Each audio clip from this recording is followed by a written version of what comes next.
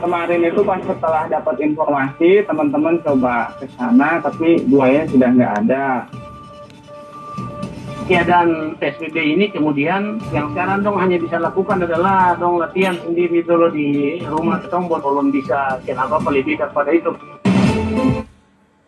Selamat pagi pendengar, itulah dua topik yang mengisi dinamika Maluku pagi ini yang dirangkaikan dengan sejumlah topik berita lainnya. Bersama saya Josoro, inilah dinamika Maluku pagi edisi Senin 31 Agustus 2020.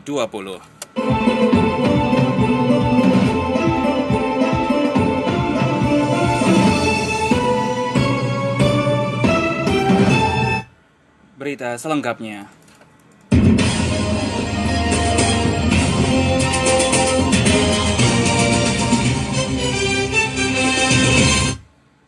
Kepala Basarnas Ambon, Junaidi, mengatakan setelah menerima laporan pada Minggu 30 Agustus 2020 pukul 7 waktu Indonesia Timur, pihaknya langsung menerjunkan tim rescue yang terdiri dari 8 orang untuk mencari warga negeri Tihulale atas nama Elias Watimuri berusia 71 tahun yang dikabarkan hilang saat mencari ikan di perairan negeri Tihulale, Kecamatan Amalatu, Kabupaten Seram bagian barat.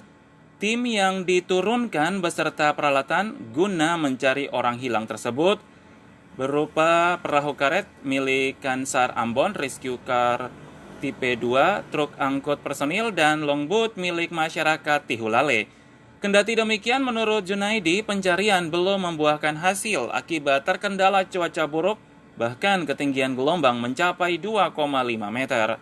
Sementara itu, dari informasi korban yakni Elias Watimuri keluar dari rumah untuk mencari ikan sekitar pukul 5.30 waktu Indonesia Timur pada Sabtu 29 Agustus 2020 menggunakan perahu dayung fiber warna orange putih. Hingga siang, korban tak kunjung pulang sehingga keluarga pun melakukan pencarian di sekitar pesisir pantai, namun tidak membuahkan hasil. Keluarga pun langsung melaporkan ke pemerintah negeri Tihulale dan pemerintah mengambil langkah untuk melakukan pencarian dibantu warga setempat dengan mengarahkan 3 buah speedboat dan 2 buah katinting untuk menyisir pesisir Pulau Seram, Pulau Haruku, dan Pulau Saparua hingga malam hari. Namun hasil masih nihil. Pemerintah negeri pun melakukan koordinasi dengan pihak camat, Polsek, dan BNPB Kabupaten SBB dan selanjutnya dilaporkan ke Basarnas Ambon untuk melakukan pencarian lanjutan. Pendengar, masyarakat dihimbau untuk tidak berenang di perairan dermaga Lipi, Batu Koneng, Kecamatan Teluk Ambon, mengingat seekor buaya berukuran 2-3 meter terlihat di lokasi tersebut. Seekor buaya yang diperkirakan berukuran 2 hingga 3 meter terlihat di sekitaran perairan dermaga Lipi, Batu Koneng, Kecamatan Teluk Ambon pada Jumat 28 Agustus 2020 oleh petugas Lipi. Seto Polisi Hutan BKSDA Maluku saat dikonfirmasi RRI mengatakan hewan reptil tersebut hingga saat ini belum ditemukan keberadaannya, sehingga petugas BKSDA Maluku terus memantau di lokasi.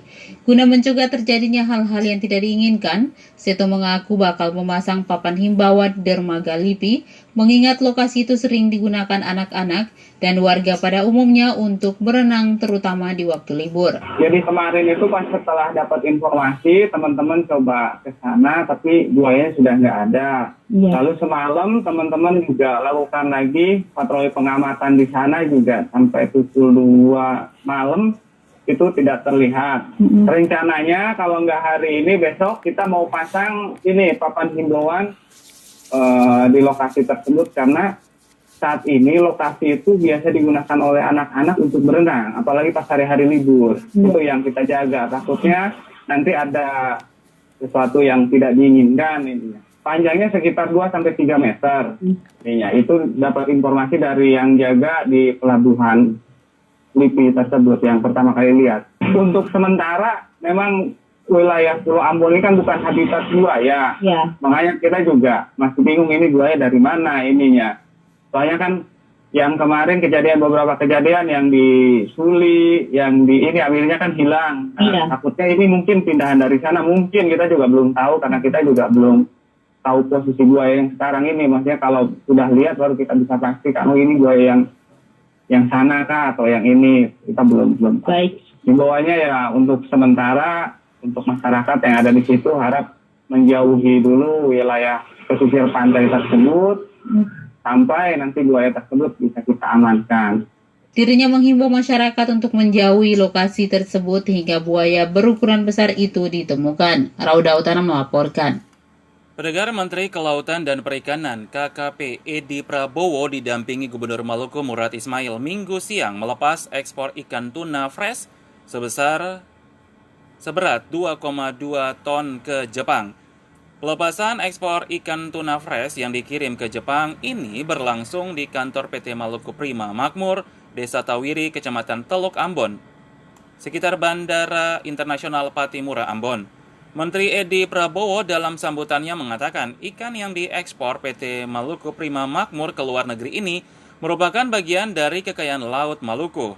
Olehnya diharapkan melalui pelepasan ekspor ikan tuna ini, sumber daya perikanan di Maluku dapat dikelola secara maksimal untuk sebesar-besarnya kesejahteraan masyarakat pesisir.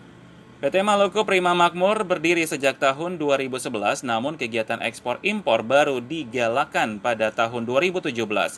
Menurut sejumlah karyawan, PT Maluku Prima Makmur saat ini telah memiliki supplier tuna di Jepang dan Amerika. Namun, ekspor ke Jepang biasanya berupa gelondongan atau ikan fresh tanpa insang dan isi perut, sedangkan ekspor ke Amerika dalam bentuk produk olahan. Hanya saja, dampak dari pandemi COVID-19 ikut berpengaruh terhadap ekspor ikan tuna, di mana terjadi penurunan volume ekspor yang signifikan, yakni dari 170 kontainer pada tahun 2019, turun menjadi 5 kontainer hingga Agustus 2020. Usai melepas ekspor ikan tuna ke Jepang, Menteri KKP Edi Prabowo dan rombongan menuju Balai Budidaya Laut Ambon untuk menyerahkan paket bantuan senilai 1,8 miliar rupiah dan berdialog dengan kelompok-kelompok nelayan.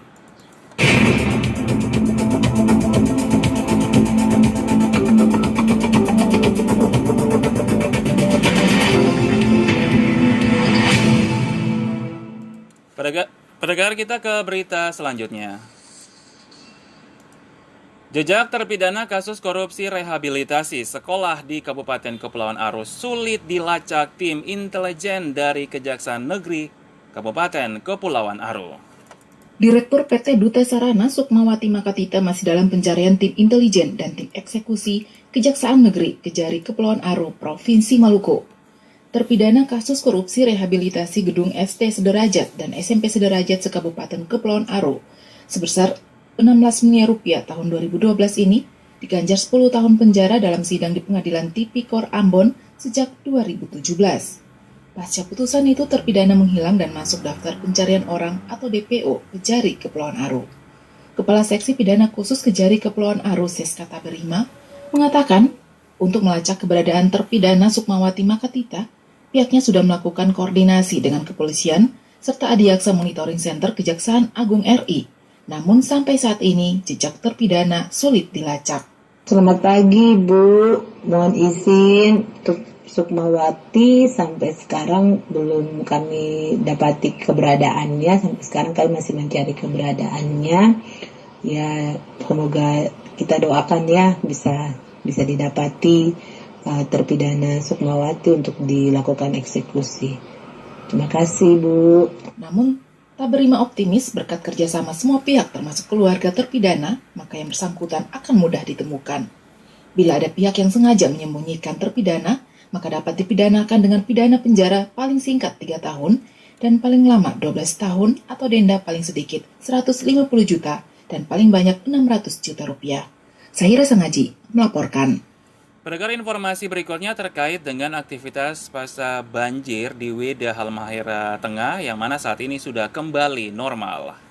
Wilayah smelter sudah tidak tergenang air, di Jalan Trans Halmahera juga sudah tidak tergenang air, aktivitas sudah normal kembali. Pasca banjir yang melanda lokasi PT Indonesia Weda Bay Industrial Park IWI, saat ini aktivitas sudah mulai normal kembali. Meskipun 2 hari sempat terganggu aktivitas, namun dengan kesigapan manajemen, aktivitas telah kembali normal. Kepada RRI, Humas PT IWI, Agnes Ide Megawati, menjelaskan untuk wilayah smelter maupun Jalan Trans Halmahera sudah tidak lagi tergenang air, sehingga aktivitas di PT IWI telah kembali normal. Wilayah smelter sudah tidak tergenang air, di Jalan Trans Halmahera juga sudah tidak tergenang air, aktivitas sudah normal kembali. Ketika ditanya pasca banjir tersebut apakah ada yang mengalami kerusakan, diakui Agnes Ide Megawati memang ada, namun tidak sampai mengganggu operasional secara keseluruhan. Pada saat terjadi banjir, pihaknya dengan cepat melakukan evakuasi, begitu juga mitigasi, sehingga begitu kering, kegiatan operasional dan aktivitas dapat kembali berjalan normal. Ada sih pastinya, tapi tidak mengganggu operasional secara keseluruhan. Karena kemarin kan tim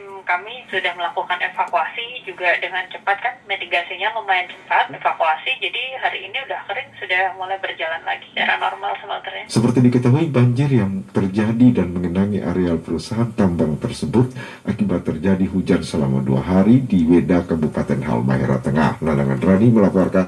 Masih dari Maluku Utara, Dinas Perhubungan dan PUPR Kota Ternate lakukan kajian rencana pembangunan dermaga penyeberangan Hiri di Kelurahan Sulamadaha. Menindaklanjuti instruksi Wali Kota Ternate saat melakukan hearing dengan warga Hiri Rabu kemarin terkait pembangunan dermaga penyeberangan Hiri yang berada di Pantai Haumadaha, Kelurahan Sulamadaha, Kecamatan Ternate Barat, Dinas Perhubungan dan Dinas PUPR Kota Ternate turun langsung melakukan kajian di lokasi pembangunan dermaga sekaligus melakukan perencanaan pembangunan. Kepala Dinas Pekerjaan Umum dan Penataan Ruang PUPR Kota Ternate, Rizval Tribudianto, kepada RRI menuturkan, peninjauan bersama Dinas Perhubungan sekaligus untuk memastikan alur masuk keluar kapal motor dan jenis konstruksi dermaga yang akan dibangun. Lihat ini kan hanya secara kasat mata dulu nih, berhubungan yang mengarahkan dari mana alur masuk keluar. Nah, untuk teknisnya, orang harus merencanakan, karena ini kan bicara tentang perencanaan bangunan jembatan, ini kan membutuhkan tipikal desain yang memang betul-betul harus khusus. Apalagi ini daerah situ kan kalau pada saat musim ombak, itu kencang sekali ombaknya. Rizval menambahkan pada prinsipnya kajian lapangan telah dilakukan, tinggal menunggu pertemuan selanjutnya untuk memaparkan perencanaan termasuk rencana batimetri atau ilmu kedalaman air laut dengan rancangan khusus. Nah, kalaupun ini butuh perencanaan khusus, maka harus dilakukan perencanaan kan, karena ini perencanaan batimetri ini kan terbisa PU sendiri, ini bukan pekerjaan yang misalnya struktur sederhana, bukan seperti itu kan. Menurut Rizval, Oktober nanti untuk anggaran perubahan masih tender perencanaan, sedangkan tender fisik baru akan bisa dilakukan pada November nanti. Meskipun demikian, Pemkot Ternate akan komitmen untuk membangun dermaga penyeberangan tersebut. Syakir Saleh melaporkan. Dari dunia olahraga dikabarkan di tengah penerapan PSBB transisi berjilid, Karateka Maluku tetap intensifkan latihan fisik menuju gelaran PON 2021 di Papua.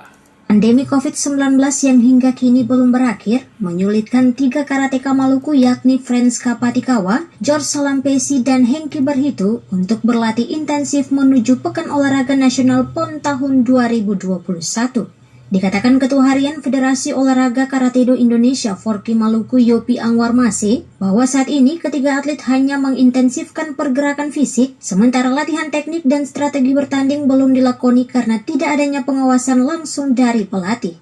Kendati hanya melakoni latihan fisik, Anwar Mase mengaku atlet tetap diwajibkan menyetor laporan hasil latihan dalam bentuk video kepada pelatih. Keadaan PSBB ini kemudian yang sekarang dong hanya bisa lakukan adalah dong latihan sendiri dulu di rumah ketombol, belum bisa kenapa lebih daripada itu. Selama ini ada terus, jadi yang dia sendiri rekam dia punya diri, dia latihan, kemudian dia kirim ke pelatih, lalu kirim ke ketong, untuk ketong bisa lihat dan ketong terus kasih masukan. Hanya sebatas itu saja yang ketong lakukan saat ini. Disinggung mengenai konsep latihan mandiri yang akan diedarkan KONI Maluku kepada semua cabur dalam beberapa hari ke depan, Yopi Anwar Mase yang juga wasit karate berlisensi nasional tersebut menyambut baik langkah KONI Maluku dan mengaku mendukung penuh guna memaksimalkan memaksimalkan latihan atlet di tengah pemberlakuan PSBB transisi berjilid di Kota Ambon. Mestinya itu sudah harus dilakukan. Menyikapi situasi dan kondisi sekarang ini, tentunya ketua dari cabang olahraga karate, kita orang mendukung hal itu dan itu harus dilakukan secepatnya. Untuk diketahui, 3 karateka Maluku terdiri dari 1 putri dan 2 putra yang diproyeksikan menuju PON 2021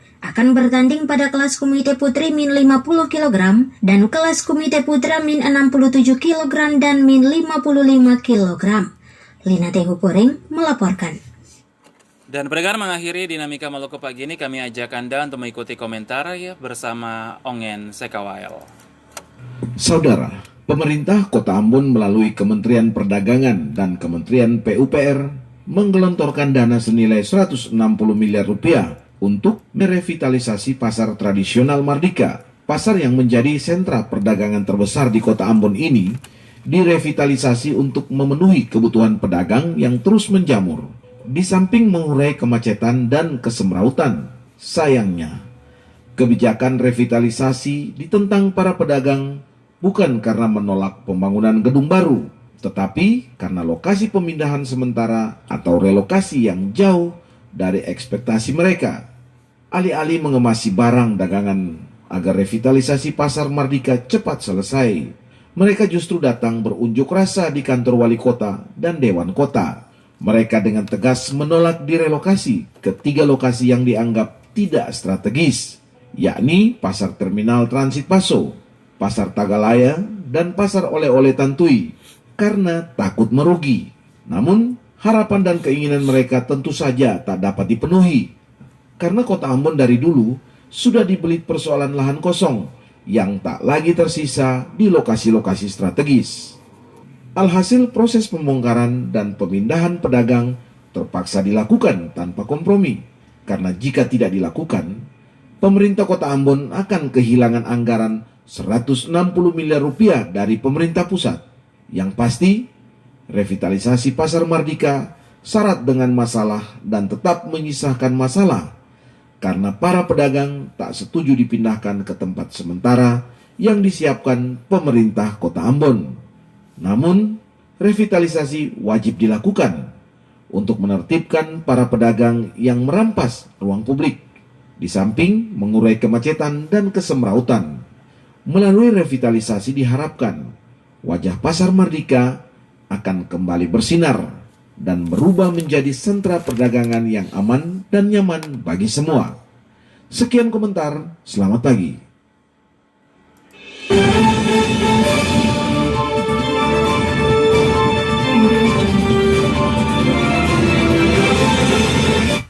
Dan pendengar, informasi tadi sekaligus mengakhiri kebersamaan kami menemani Anda di Dinamika Maluku edisi pagi ini.